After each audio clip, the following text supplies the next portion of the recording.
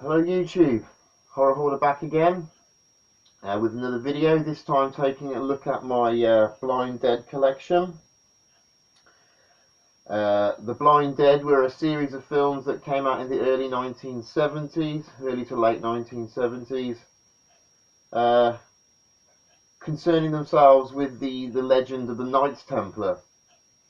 They're really good films actually, well, three of them are, one's not so good, we'll get to that later. Yeah, but they're quite interesting. Quite an interesting take on the zombie subgenre.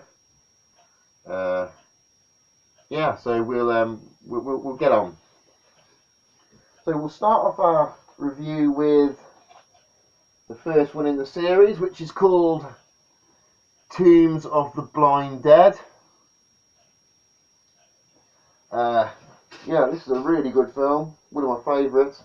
It's also known, well, it was originally known as La Noche del Terrachico, which I believe roughly translates as the Night of Blind Terror.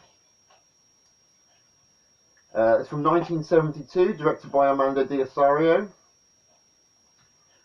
starring Lone Fleming and that guy. What was his name? The one that played Roger, I can't remember what his name was. Anyway, he was quite a good actor, really. Yeah, it's not a bad film at all. It's quite gory. In fact, it's very gory for the time. It has lots and lots of nudity. It does unfortunately glorify rape a little. The first three films in this series do. Yes, it's from 1972, so it's quite an old one. Amando de Ossorio, the director of this film, is often considered to be Spain's answer to George Romero, and this is often considered to be Spain's Night of the Living Dead. I don't know if it's that good, but it is very good, quite enjoyable, very atmospheric, especially when the blind dead emerge from their tombs, which is quite creepy, I must admit. So the main characters in this film, they're on a journey across Spain. A young couple are on a journey across Spain. They pick up a third member for their group. The guy then pays a lot more attention to this new girl they pick up than he does his own girlfriend. So his girlfriend then decides to jump train and run off across Spain. This she does. She comes across an old monastery. And at night, that monastery houses the blind dead. So what were the blind dead? The blind dead were Templar monks that were, excuse me, were caught by the townspeople, sent to the gallows. Whilst in the gallows, the crows came down and pecked out their eyes, hence the blind dead. So now this character, she's in the graveyard. The blind dead are rising around her.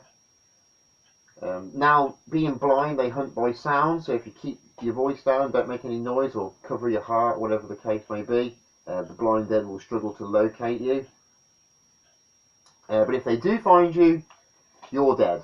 They will drink your blood as a sacrifice to live forever. Yeah, so this was a really good film, actually. I say it did start a horror boom, actually. It started in Spain after this. Horror really took off after the success of these films. So yeah, it was a really good one, actually. Really enjoyed this film. One of the best, I would say, actually, the best in the entire series. Tombs of the Blind Dead. Okay. Now, Tombs of the Blind Dead was followed closely by The Return of the Blind Dead, or in this case known as The Return of the Evil Dead. Starring Tony Candle and Frank Brana. Also it has Fernando Sanchez, he plays the mayor. And also Lone Fleming is back in a role in this film. It's nice to see Lone come back from the original.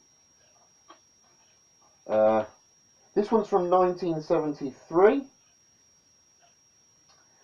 And this time, rather than the blind dead having lost their sight by the crows, this time the local villagers, when they caught them, they burn out their eyes with flaming torches. I suppose that adds a little bit more violence to the story. At the beginning of the film, makes it slightly faster paced, which is obviously very important for a sequel. It is interesting. It's probably slightly more sicker than the original. There is a scene, well, there's scenes in both films actually where children get come into close quarters with the blind dead, which is pretty horrifying, really. Like, it would have been certainly at the time. Yeah, so that is basically all we have to say about Return of the Evil Dead. It's a good film. These two actually are both in Spanish. If you watch these films, you have to watch them in with English subtitles. They are filmed in Spain, in Spanish. Yeah. Now, next in the series, we have The Ghost Galleon, also known as Horror of the Zombies. Now, this is without doubt the worst film in the entire series. It's not very good, really. Starring Maria Percy, Jack Taylor, and Barbara Ray. Barbara Ray, wow. She was a pretty girl, but one of the worst actresses I have ever seen. Honestly, really, really bad. The story of this film, though, is just generally bad. The plot doesn't make any sense. The acting is very, very wooden. Jack Taylor does his best, as usual, to try and make the most of it. But really does fail, I would say. This one's a 15, so we have less violence than we did the previous films, which is never good. Now the Knights Templar, the blind dead, are not on horseback chasing people through abandoned graveyards. Now they are found in the bowels of this mysterious ghost galleon that the characters stumble across. Now the galleon itself, I mean, the special effects are unbelievably bad. There's a scene when the galleon burns down, and you can see quite clearly that the flames lashing up the side of the mast are about 2 inches tall. Hence the ship then is smaller than that. It's just so obvious when you watch it, you can tell.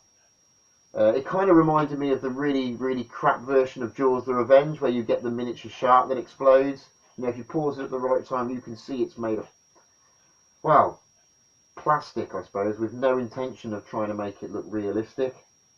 And that's very similar to this. The ship just looks awful. So it's a 15, so it's less violent than the other two. Yeah, not the best. This is The Ghost Galleon. Now, the final film in the series is, in the official series, is Night of the Seagulls. Again, this one was filmed in English, so you don't have to watch the English subtitles. It's dubbed into English, I should say. It's a lot better than the previous film. In some ways, this is the best film in the series. It's got a good storyline, a solid plot, a little bit of character development, and the special effects are much better. And most importantly, the blind dead are no longer cooped up on a ship, a rubbish-looking ship. Now they are either found galloping up the beaches to do their business, or they are emerging from the waves. Either way, it looks really cool.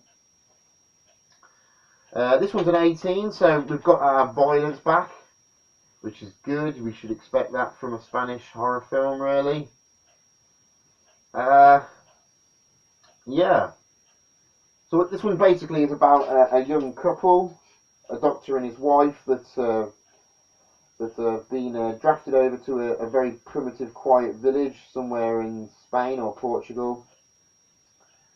They soon realise that the local people have no intention of being friendly to them, and they soon learn why. It's because the locals are sacrificing young virgins on the beach at night to the blind dead. And obviously our Doctor hero doesn't like that much, so he tries to sort that out. Yeah, it's not a bad film at all. Did enjoy this one. In fact, it's probably the second best of the series. Definitely one to check out. Night of the Seagulls. The seagulls are supposedly the souls of the virgins that have been killed by the blind dead. They come back as seagulls, which is a nice little twist, nice little take on the story. I did enjoy that. Yeah, special effects are much better. Film quality itself is much better.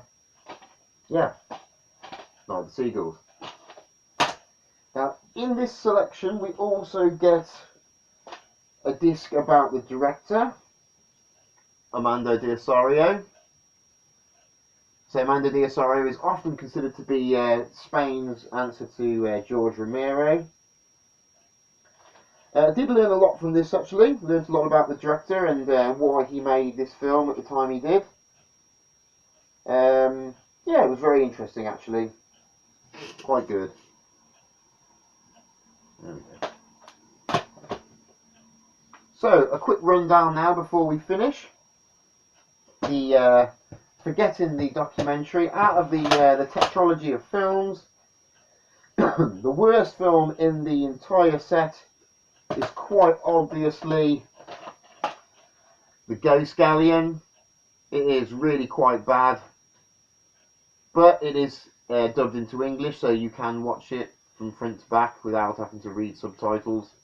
But the film is bad, the special effects are bad, the acting is bad. Yeah, it's just bad, really. Now then, the next one I would say would be Return of the Evil Dead, which I do enjoy. This is not a bad film.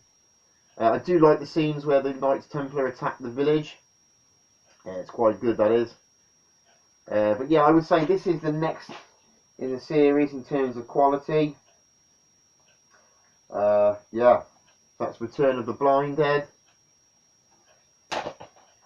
The next one I would say, so second from best now, or third from worst, whichever you like, is Night of the Seagulls, which we've just been talking about. Good storyline, half decent special effects, English language, so it's easier to watch in that way. Yeah, I really enjoyed Night of the Seagulls. It was a very, very good film, quite memorable. And I would say that the director, when he made this, he left his series on a high note afterwards. It's a very good film. That's Night of the Seagulls. And the very best film in the entire series, I would say, personally, is Tombs of the Blind Dead, which is the original. It is in Spanish, in Spain, in Spanish language, so you have to read subtitles. But if you can get past that, this film is absolutely phenomenal. The Blind Dead at the time were quite unique. You know, they were really gory. You can see their skeletal features. When they gallop around on horseback, chasing people around, you know, it gives off a really eerie, atmospheric scene. The scenes when they arrive from the graveyard, when they arrive in the graveyard after the original victim, creepy as hell, really good. Yeah, so I would say that this is the best film in the entire selection, the entire set. Night of the Seagull, no, Tombs of the Blind Dead, sorry. Yeah, really, really good, great film.